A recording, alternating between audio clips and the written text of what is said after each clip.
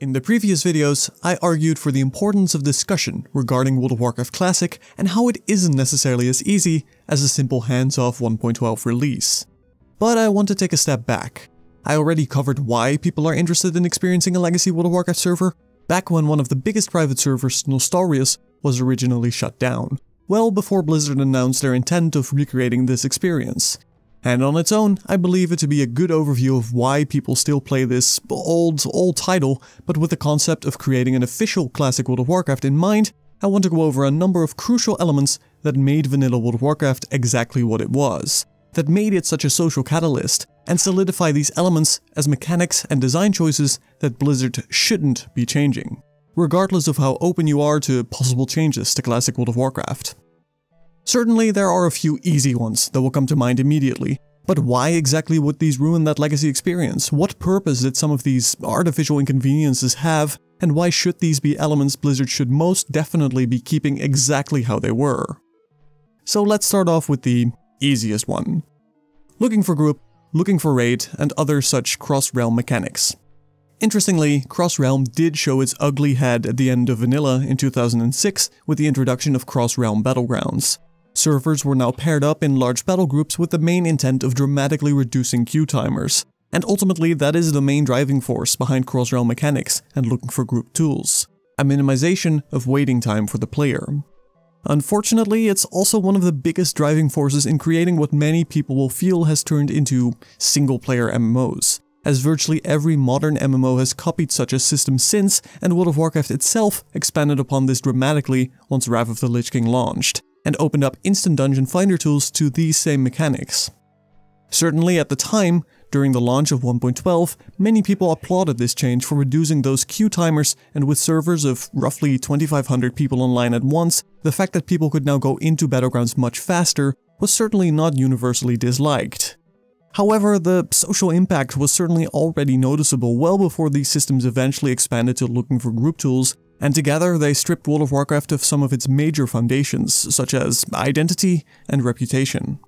You were known on a server, or at the very least had to keep this possibility in mind. If you played a healer, a tank, were a skilled rogue or warrior in PvP, or were a ninja looter, people would start to recognize you, and positively and negatively judge you for it.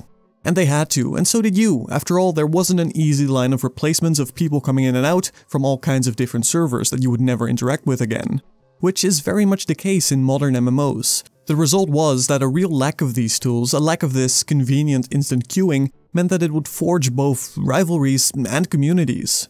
Certainly, a small part of this is romanticization, and by no means is simply removing, or rather in this case never implementing them into classic World of Warcraft, a cure-all for feeling alone in an MMO.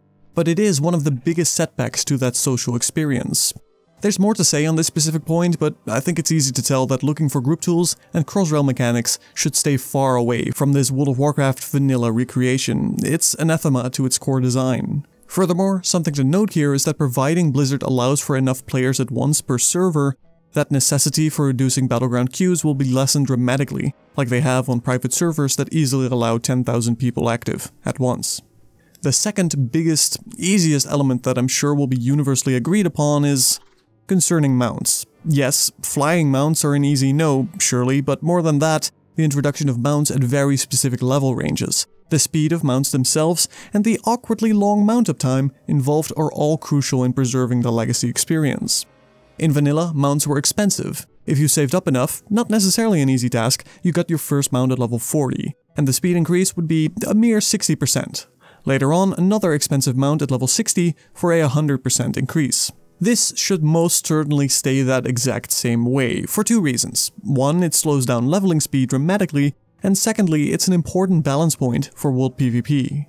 Leveling is slow regardless, but before 40 there were drastic class changes due to movement speed. If you're a warrior, you're out of luck as you will never get a way to move faster, but a mage for instance would unlock Blink at level 20, or a druid cat form paired with the right talent investments, and eventually travel form at level 30 for small speed increases. Small, but crucial. These were big delayed gratification systems. Finally you unlocked cat form at 20, finally travel form at 30, and finally a mount at level 40, providing you had the gold.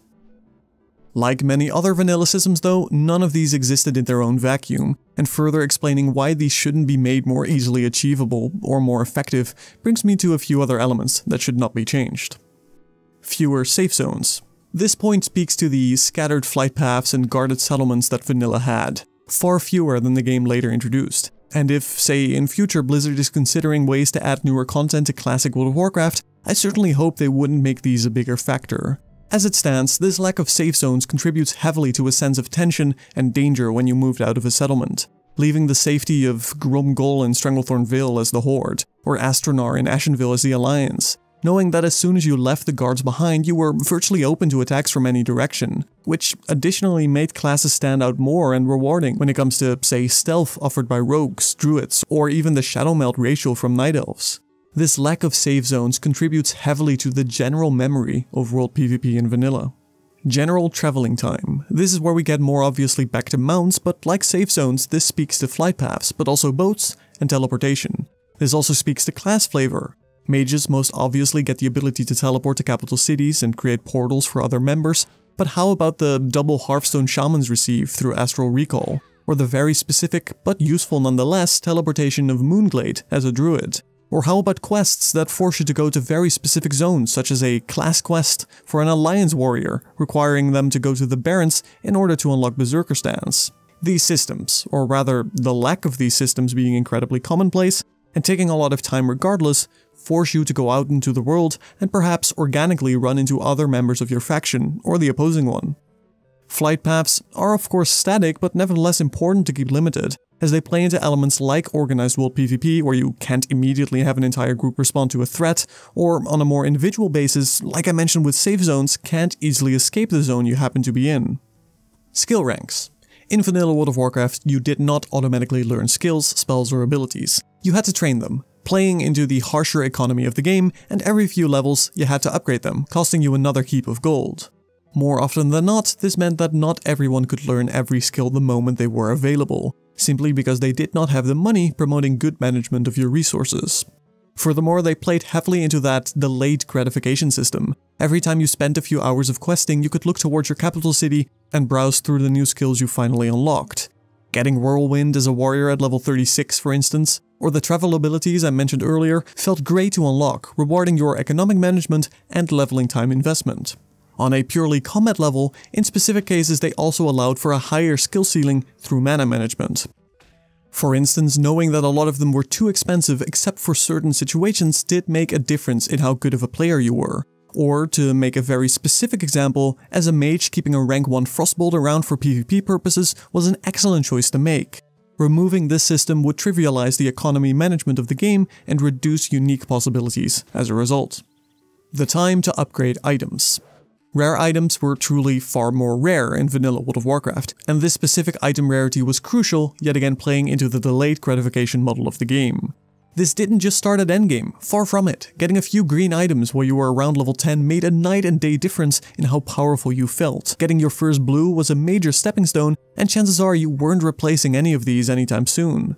Finally getting the Whirlwind Axe as a Horde warrior, or the Bonebiter Axe as an Alliance warrior, or parts of the Black and Defias set were amazing moments to achieve in your leveling journey. These were items you kept for easily 5 to 10 levels and were real striving points from start to finish, resulting in many more people rerunning lower level dungeons until they finally got an item they wanted, and would be able to use for a significant amount of time, a real incentive to return to dungeons.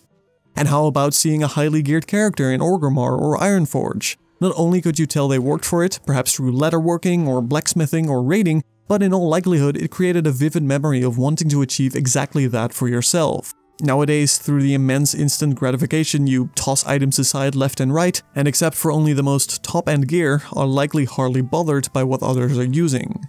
So clearly, an element Blizzard should not be simplifying, as gear in vanilla is such a big part of telling your story.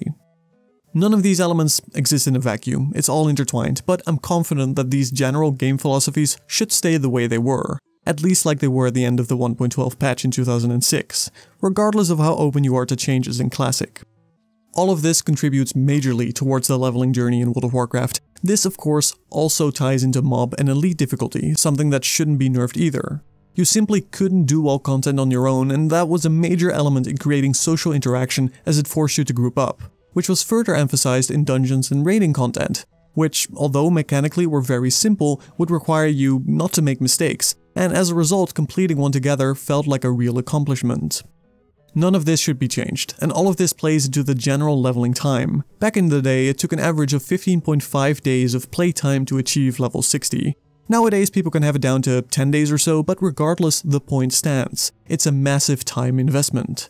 Funny enough, this massive time investment paired with the nature of content rollout meant that it was both a tough game to keep up with, but also one that allowed for a certain casual playstyle. After all, everyone was slow. The game never really allowed for the alt-friendly casual playstyle, but if, say, you only had the weekends to play, you never really had to worry about falling behind the general player base. Lower level zones would almost always be populated to a fair degree. And yes, not all of this is necessarily as easily as I said. For instance, how will Blizzard handle the itemization changes they made throughout the patches 1.9 to 1.12 back in the day? But the point is this. Regardless of how open or close you are to the possibility of classic World of Warcraft receiving changes, these are all major points that will be necessary in preserving the core design philosophy that made vanilla World of Warcraft vanilla World of Warcraft. Thank you for watching. My name is Ben Haas. If you wish to support the channel and buy yourself a few games, you can do so through the chrono.gg/haasgaming and bit.ly/haasgaming affiliate links with chrono.gg and GOG respectively. Or you can always pledge on patreon.com/haasgaming. Thank you for your time, and I'll see you in the next video.